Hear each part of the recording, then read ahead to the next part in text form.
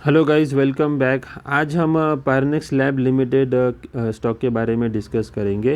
And कल अगर आप देखेंगे तो इस स्टॉक के अंदर अराउंड 14% के आसपास यहाँ पर तेज़ी आई थी गाइस।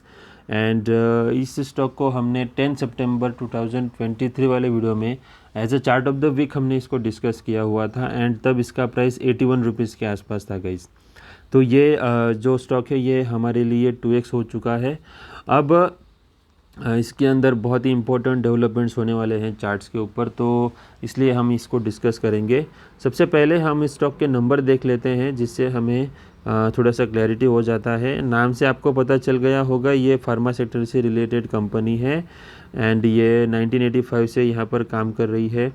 अब इसके नंबर्स देख लेते हैं। तो इसका गाइज मार्केट कैप यहाँ पर 187 करोड़ के आसपास है।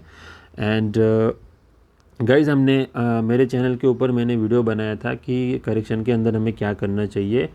तो उसके अंदर मैंने डिस्कस किया था कि जब अक्रॉस मार्केट सारे के सारे जब स्टॉक्स गिरते हैं, सारे स्टॉक्स के अंदर जब करेक्शन आता है, तो हमें पैनिक नहीं करना चाहिए, हमें स्टॉक्स को होल्ड करके रखना चाहिए। क्योंकि जब मार्केट कंडीशंस नॉर्मल हो जाती है तो सारे स्टॉक्स अपने लेवल के आसपास फिर से आ जाते हैं। तो यही चीज़ आपको अभी होते हुए दिखाई दे रही होगी। अगर आपने स्टॉक्स को बेचा नहीं होगा तो आप डेफिनेटली सारे स्टॉक्स आपके रिकवर कर गए होंगे, है ना।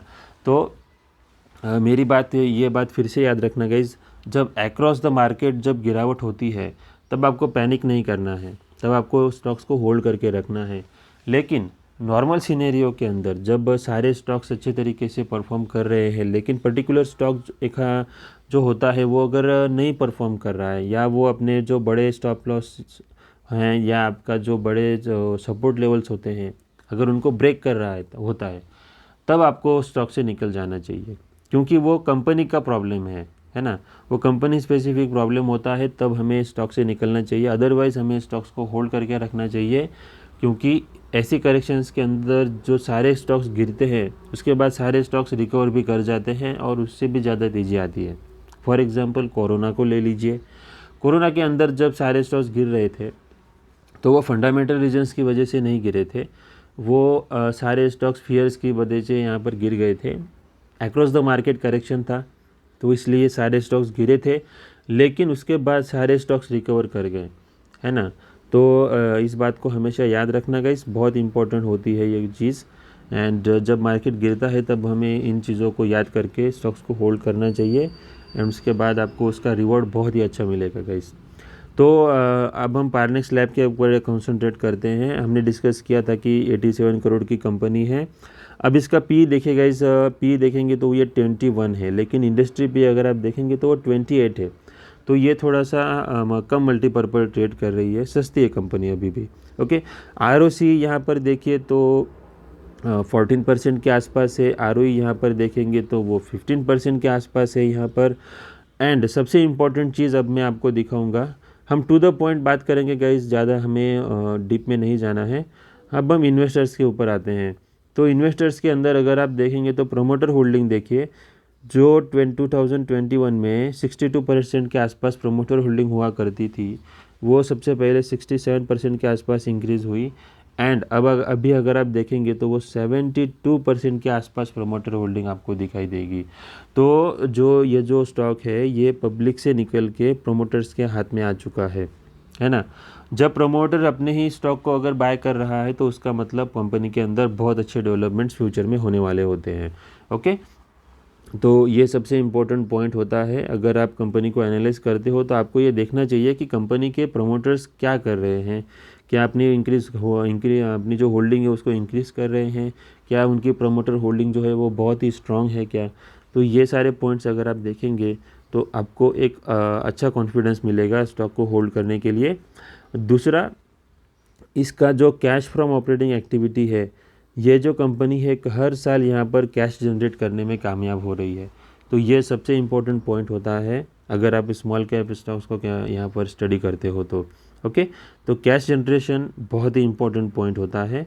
तो इन चीज़ों को आपको हमेशा अपने जो एनालिसिस करते हो आप, तब आपको देखनी चाहिए। ओके, तो ये इम्पोर्टेंट पॉइंट्स मैंने आपको बता दिए हैं। बाकी फर्दर डिटेल में स्टडी आप खुद से कर सकते हो। अब हम इसके चार्ट्स को देखेंगे, चार्ट्स के ऊपर फोकस करेंगे गाइस, ठीक है। सो गाइस अब हम चार्ट के ऊपर आ चुके हैं। ये पारनेक्स लैब का वीकली चार्ट है गाइस, एंड हमने इसको 10 सितंबर के जो हमारा चार्ट ऑफ द वीक का वीडियो है उसके अंदर हमने इसको डिस्कस किया था, एंड तब ये 90 रुपीज़ के आसपास था गाइस, 85 से 90 रुपीज़ के आसपास ये स्टॉक हुआ करता था। तब से इसने क्या किया गाइस, यहाँ पर कोई परफॉर्मेंस नहीं किया है ना। लेकिन लास्ट 4 जो वीक्स है उसके अंदर ये जो स्टॉक है ये जो 80 रुपीज़ से लेकर के डायरेक्ट 162 रुपीज़ के आसपास यहाँ पर ऊपर आ चुका है ना। तो ऐसा क्यों होता है गाइस, अगर आप ब्रेकआउट के लिए वेट करोगे तो ये जो स्टॉक है ये आप बाय ही नहीं कर सकते हो, है ना। तो मैं आपके साथ जितने भी स्टॉक्स डिस्कस करता हूँ ना, तो वो आपको ऐसे ही कंडीशन में मिलेंगे।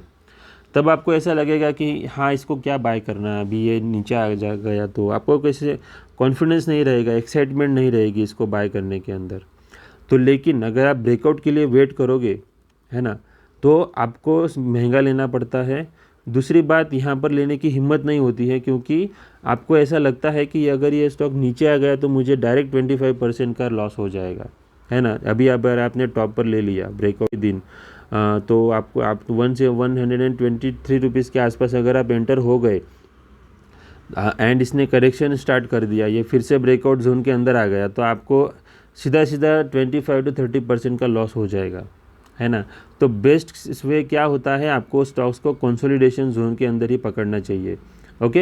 एंड आपको बाकी पैरामीटर्स भी देखने चाहिए, जैसे कि मैंने आपको दिखाया कि प्रोमोटर होल्डिंग इंक्रीज़ हो रही थी, इसका मतलब है स्टॉक के अंदर डेफिनेटली कुछ ना कुछ अच्छा होने वाला है ना। तो इस तरीके से सारे जो पॉइंट्स होते हैं उसको अगर आप कंबाइन करोगे तो आपको आपका एक पर्सपेक्टिव तैयार होगा स्टॉक के बारे में, एंड वो आपको स्टॉक को होल्ड करने में बहुत मदद करता है गाइस। अब ये तो हो गया, हमने इसको डिस्कस क्यों किया था तब, क्योंकि इसके अंदर है ना गाइस तब ब्रेकआउट आया था। तो ये ब्रेकआउट आया था गाइस यहाँ पर, ओके। तो ये ब्रेकआउट लेवल था गाइस 80 रुपीज़ के आसपास, तो इसलिए हमने इसको डिस्कस किया था क्योंकि इसने ब्रेकआउट देने के बाद कंसोलिडेशन कर रहा था।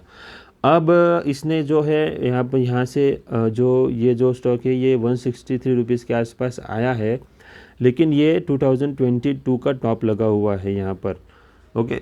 उसके बाद इसने करेक्शन किया, करेक्शन के बाद फिर से अपने अप ट्रेंड स्टार्ट किया है, एंड इसने एक बेहद इंपॉर्टेंट पैटर्न बनाया हुआ है जिसको राउंडिंग बॉटम पैटर्न कहा जाता है गाइस। तो ये राउंडिंग बॉटम पैटर्न यहाँ पर बना है, एंड अब ये जो स्टॉक है ये इस राउंडिंग बॉटम पैटर्न का यहाँ पर ब्रेकआउट दे सकता है।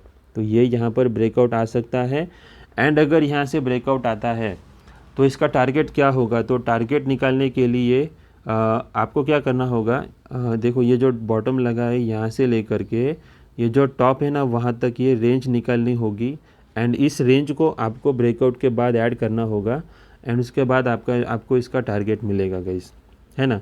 तो अगर आप इस तरीके से टारगेट निकालोगे तो इसका टारगेट 2x के आसपास फिर से आएगा गाइस, ओके। तो अभी भी ये स्टॉक यहाँ पर 2x हो सकता है इस वाले प्राइस से, ओके। अब बहुत इम्पोर्टेंट चीज़ मैं बताना चाहूँगा वॉल्यूम के बारे में, है ना। तो ये जो स्टॉक है ये जब करेक्शन कर रहा था तब आपको यहाँ पर कोई वॉल्यूम नहीं दिखाई देगा, है ना। लेकिन करेक्शन ख़त्म होने के बाद यहाँ पर देखो एक छोटा सा वॉल्यूम आया है, उसी वीक में स्टॉक देखो कितना बढ़ गया, यहाँ पर अराउंड 20% के आसपास स्टॉक बढ़ गया था। उसके बाद में यहाँ पर फिर से फ्रेश वॉल्यूम आया, फिर से स्टॉक ऊपर गया, एंड इस बार बहुत ज़्यादा वॉल्यूम आने की वजह से ये और ऊपर चला गया। तो इसके अंदर लर्निंग क्या है, लर्निंग ये है गाइस कि अगर कोई स्टॉक आपको मिलता है स्मॉल कैप स्टॉक्स जिसका वॉल्यूम पूरा ड्राइड आउट हो चुका है, इस तरीके से पूरा ड्राइड आउट हो चुका है, एंड स्टॉक कहीं पर जा नहीं रहा है, उसका मतलब है जब इसके अंदर फ्रेश वॉल्यूम आएगा ना ये ज़ोर से भागेगा, ओके। तो इस बात को याद रखना, ये बहुत इंपॉर्टेंट है, इसको एनालाइज करना अपने से, तो आपको बहुत अच्छी लर्निंग मिलेगी। लर्निंग पर फोकस करोगे तो आप यहाँ पर बहुत अच्छी रिटर्न्स कमा सकते हो गाइस, ठीक है। तो ये पारनेक्स लैब लिमिटेड का चार्ट है, बहुत इंपॉर्टेंट स्टॉक है, फंडामेंटली अच्छा स्टॉक है, ये किसी को पता भी नहीं है ये स्टॉक होता है, कोई डिस्कस नहीं करता है स्टॉक को। तो ज़रूर इसको आप स्टडी करना guys. Thank you very much and happy trading.